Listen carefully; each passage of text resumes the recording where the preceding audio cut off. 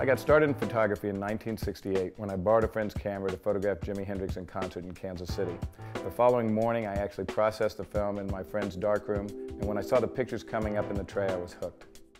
One of the first people that really influenced me in terms of my photography was Helmut Newton, and although our styles were very different, his strong, bold, black and white images stuck in my mind, and I realized that was kind of the path I wanted to follow in terms of my imagery. When I first started taking pictures, I lit very broadly. Everything was open, everything was too accessible, and it left nothing to the imagination. It wasn't until I started taking the lights off the center of camera, leaving an interplay between the highlights and shadows, that I felt I'd started developing my style.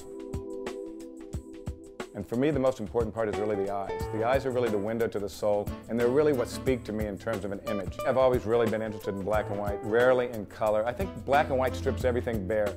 When I started printing in the late 90s on my Epson printers, the color looked pretty good to me, but I was dead wrong with the black and white. I couldn't get the captures I was looking for. Eventually, I was able to get the DMAX I was looking for and the gamut I wanted with the new advanced black and white mode. It worked great.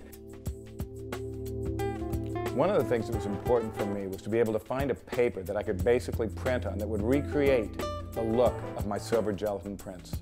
And this was a challenge for Epson. A bunch of the engineers came to my house. I shared with them some of the papers that I was used to working on and the papers and the look and feel that I was looking for in a basically fiber-based paper. And ironically, they were actually able to recreate a paper that today prints better than my silver gelatin prints. With the new HDR inks for the 7900 and 9900 in the advanced black and white mode on exhibition fiber paper, I have everything I could possibly ask for in terms of creating an exhibition worthy of anything I ever printed in the days of using silver gelatin paper. The great thing about being able to print my exhibitions for touring is the fact that I can do them so quickly and so accurately. I have exhibitions touring right now in France, in Belgium, in Shanghai, Beijing. Irony is that when I get the discussion of what do they want, what are we looking for, I can print these exhibitions in no time. My files are all set, they're exact, my paper and my printers are always on the money, the DMAX is consistent, and I get my print shows out in no time. Although I capture in color, I usually do my conversions prior to using the advanced black and white photo mode, which ultimately gives me the contrast and tone I'm looking for. One of the really great things for me in printing on the 7900 and 9900 is that the accuracy of these printers is incredible. I have a studio in Los Angeles, and as well I have one in Mendocino, California, where I do printing at both locations. And I can be assured of taking the files to either location and printing between a 7900, which I keep up in my Mendocino home, or a 9900 in Los Angeles, and I will get exactly the same print results on either printer.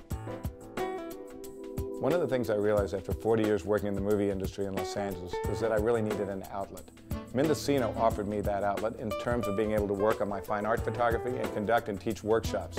It's an area where I can get away and think about other things rather than just taking pictures of movie stars. Working with the 7900 and 9900 printers, I'm seeing the detail that I knew was in my files, but now I'm seeing it on paper. I'm not having to worry about all the technical stuff anymore. I can basically focus on my images and realize them on paper. Our legacy as photographers is the print. The print is the final and most important thing that we will leave as a lasting image of our careers.